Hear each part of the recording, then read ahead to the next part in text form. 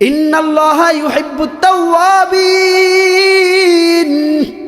ইন্নাল্লাহা ইউহিব্বুত তাওয়াবিন ওয়া ইউহিব্বুল মুতাতাহহিরিন।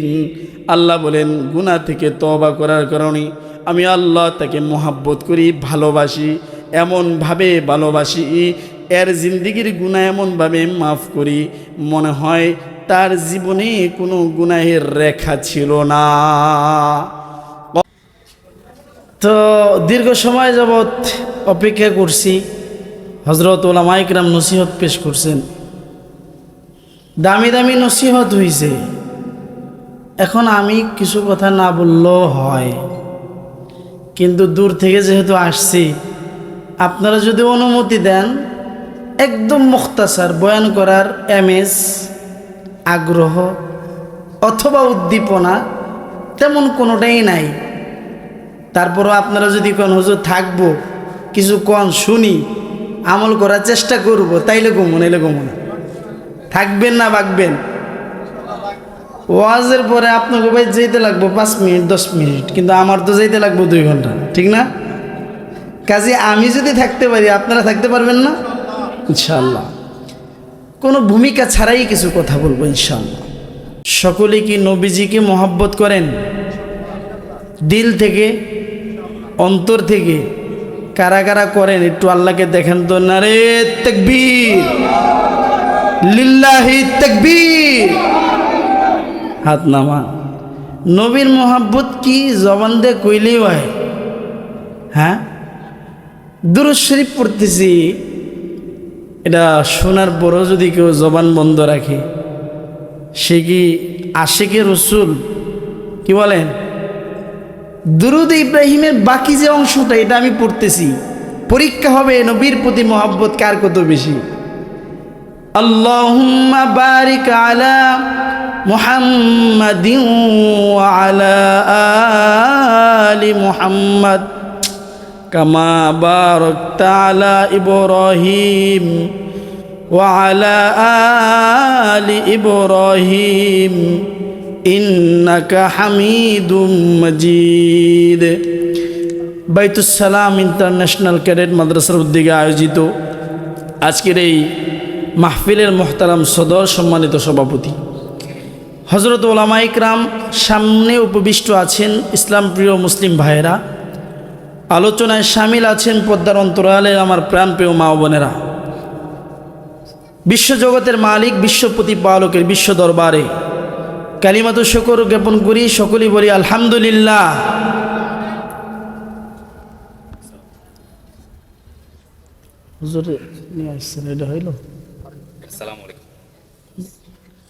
আলহামদুলিল্লাহ।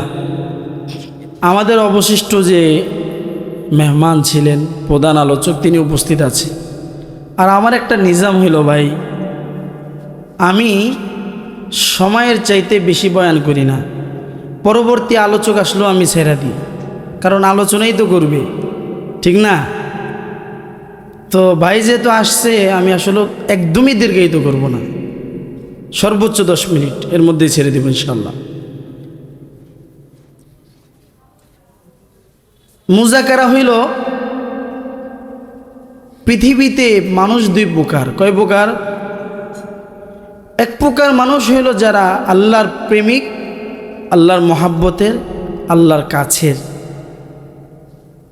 এরা আল্লাহকে মহাব্বত করেন, আল্লাহর কথা অনুযায়ী নিজেদের জীবনকে আল্লাহর হুকুম অনুযায়ী পরিচালনা করেন।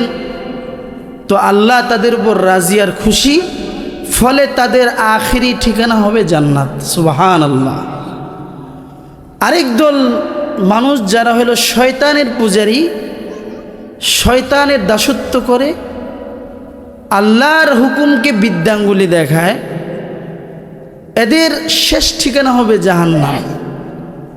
যেই 2 দলের কথা আল্লাহ তাআলা সূরা শুরার মধ্যে বলছেন,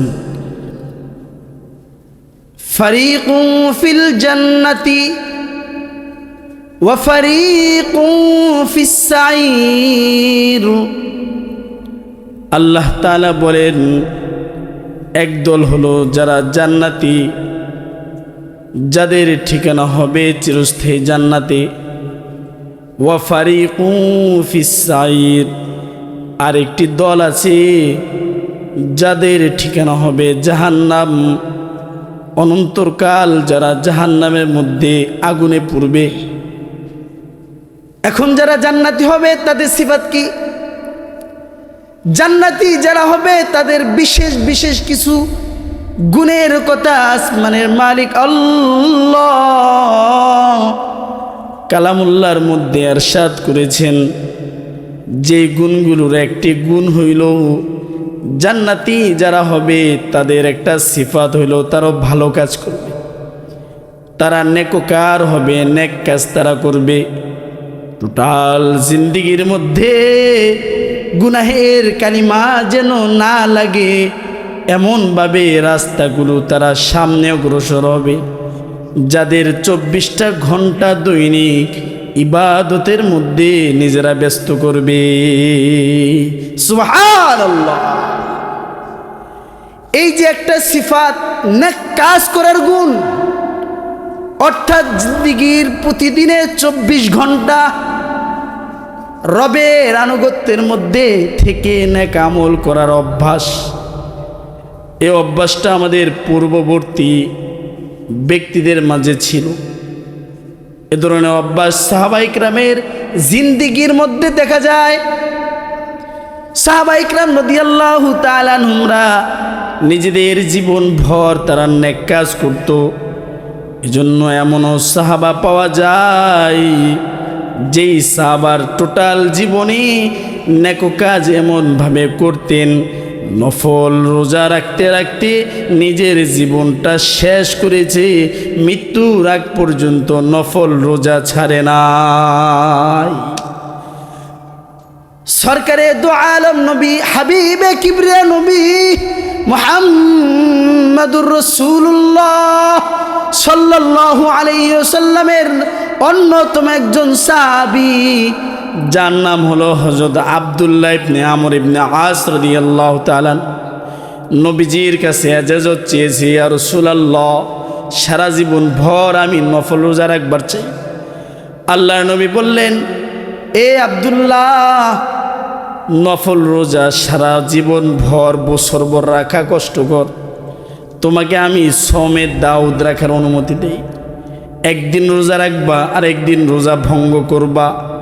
আব্দুল্লাহ ইবনে আমর ইবনে আস রাদিয়াল্লাহু তাআলা আনহু বললেন, ইয়া রাসূলুল্লাহ, হয়তোবা আপনি কষ্টের দিক থেকে তাকিয়ে আমাকে নফল রোজা সারা বছর রাখার ইজাজত দিচ্ছেন না, তবে আমি আব্দুল্লাহর শরীরে অনেক শক্তি। আমি চাই আমার জীবনে এমন একদিন সূর্য উদিত না হোক যেই দিন আমি আল্লাহর দরবারে রোজা ছাড়া আল্লাহর দরবারে উঠি। আল্লাহু আকবার। অর্থাৎ সাহাবায়ে কেরাম রাদিয়াল্লাহু তাআলা আনহুমরা টোটাল জীবনের মধ্যে নেক কাজ খুঁজা খুঁজা করতেন। এই জন্যই তো দেখা যায় ওসমান আল্লাহর নবীর জামাতা জিন্নুরাইন যাকে বলা হয় ওসমান গনি, এমনও দেখা যায় ওসমান গনির জীবনী 2 রাকাত নামাজে টোটাল কোরআন তেলাওয়াত করে খতম করেছেন। সুবহান। তাদের জিন্দেগি কোথায় আর আমাদের জিন্দেগি কোথায়? তারা হইল খুঁজা খুঁজা নেক কাজ করত, আর আমরা খুঁজে খুঁজে গুনাহ করি। তাদের 70 বছর জিন্দেগির মধ্যে দেখা যাবে 50 বছর ইবাদত, আর আমাদের 70 বছর জিন্দেগির মধ্যে দেখা যাবে আখিরাতের জন্য 5টা বছরও খুঁজা পাওয়া যাবে না। ঠিক কিনা বলেন? বরঞ্চ যদি আমি আর আপনি গভীর মনোযোগ দিয়া নিজের মাথাটা নিজে বালিশে রাইখা নিজে নিজের গুনাহের ব্যাপারে চিন্তা করি, তাহলে দেখতে পাবো টোটাল জিন্দেগিতে গুনাহ ব্যতীত নেক আমল খুঁজা পাওয়া মুশকিল। গুনাহ করছি, কিন্তু যারা নিজেরা আমরা নিজেদের উপর গুনাহ করে জুলুম করছি, আমরা যেন আল্লাহর দরবার থেকে নৈরাশ না হই। এই জন্য আল্লাহ বলেন যে যদি তোমরা তওবা করো, তওবার মাধ্যমে আমি আল্লাহ তোমাদের জীবনের গুনাহগুলোকে মাফ করে দেব।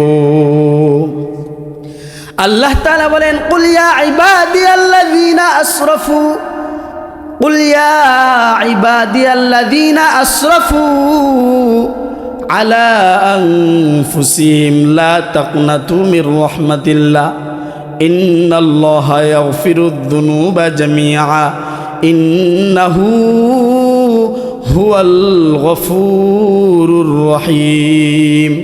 আল্লাহ বলেন, হে আমার ওই সকল বান্দা যারা নিজের উপর জুলুম করছো গুনাহ করে, তোমরা আমার রহমত থেকে নৈরাশ হইও না, আমার কাছে ফিরে আসো।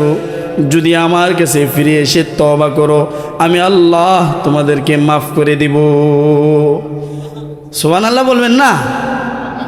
শুধু মাফি করব না, তোমার যদি 80 বছরের জীবনের গুনাহ হয়, 80 বছরের গুনাহ যদি খালেস দিলে একবার আমি আল্লাহর কাছে তওবা করো, তাহলে এক খালেস তওবার মাধ্যমে 80 বছরের জিন্দেগির গুনাহ মাফ করার সাথে সাথে এই পুরা জিন্দেগির গুনাহগুলোকে আমি আল্লাহ নেকি দ্বারা পরিবর্তন করে দিব। ফাউলাইকা ইউবাদদিলুল্লাহু সাইয়্যাতিহিম হাসানাত ওয়া কানাল্লাহু গফুরুর রহিমা। আল্লাহ বলেন, এই গুনাহগুলোকে আমি আল্লাহ নেক কাজের বদৌলতে নেক আমলের মাধ্যমে পরিবর্তন করে দেব। এর সাথে সাথে আমি আল্লাহ দুনিয়াতে কেউ যদি ভুল করে মাফ করলো তাকে কম দেখতে পারে, কি বলেন ঠিক কিনা? তার প্রতি অনীহা সৃষ্টি হয়। আল্লাহ বলেন, যদি গুনাহ থেকে কেউ তওবা করে, এই বান্দাটাকে আমি শুধু মাফ করি না, বরং এই বান্দাকে মুহাব্বত করে আমি বুকে টাইনা নেই। ইন্নাল্লাহা ইউহিব্বুত তাওয়াবিন ইন্নাল্লাহা ইউহিব্বুত তাওয়াবিন ওয়া ইউহিব্বুল মুতাতাহহিরিন। আল্লাহ বলেন, গুনাহ থেকে তওবা করার কারণে আমি আল্লাহ তাকে মুহাব্বত করি, ভালোবাসি, এমনভাবে ভালোবাসি, এর জিন্দেগির গুনাহ এমনভাবে মাফ করি মনে হয় তার জীবনে কোনো গুনাহের রেখা ছিল না। قال النبي صلى الله عليه وسلم التائب من الذنب كمن لا ذنب له। আল্লাহর নবী বলেন, কেউ যদি খালেস দিলে তওবা করে, আল্লাহ তাআলা তাকে এমন পুত পবিত্র বানিয়ে দেয় মনে হয় তার টোটাল জীবনে কোনো গুনাহ ছিল না। সুবহানাল্লাহ।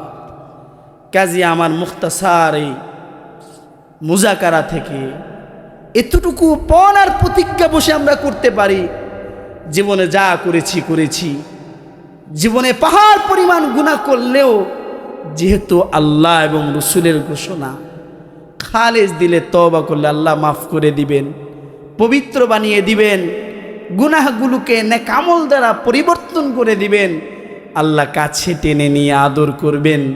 কাজী গুনাহ করি নাই এখানে বসা আছি এমন কেউ আছি? সবাই আমরা গুনাহ করেছি। কুল্লু বানি আদম খাত্তাউন। আল্লাহ নবী বলেন, প্রত্যেক বনি আদম ভুলকারী। অখৈরুল খাত্তাইন আত-তাওয়াবুন। আর এই ভুলকারীদের মাঝে শ্রেষ্ঠ হলো সে তওবা করে যে। ঠিক কিনা বলেন? আমি আমার বড় ভাইকে পাশে বসিয়ে আর কষ্ট দিতে চাই না। আমার এই মুখতাসার কথা থেকে এখন আমরা প্রতিজ্ঞাবদ্ধ হইতে পারি যে আমরা আজকের এই মাহফিল থেকে তওবার মাধ্যমে দোয়া করে বাড়িতে যাব ইনশাআল্লাহ।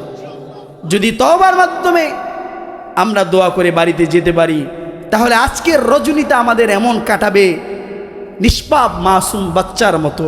যে বাচ্চা আজকে ভূমিষ্ঠ হয়েছে, জন্মগ্রহণ করেছে, ওই বাচ্চার মতো আমি আর আপনি পুত পবিত্র হব ইনশাআল্লাহ। ঠিক আছে না ইনশাআল্লাহ? যদি আল্লাহ তৌফিক দেয়, কখনো সুযোগ হয়, তাহলে ইনশাআল্লাহ আরেকদিন কথা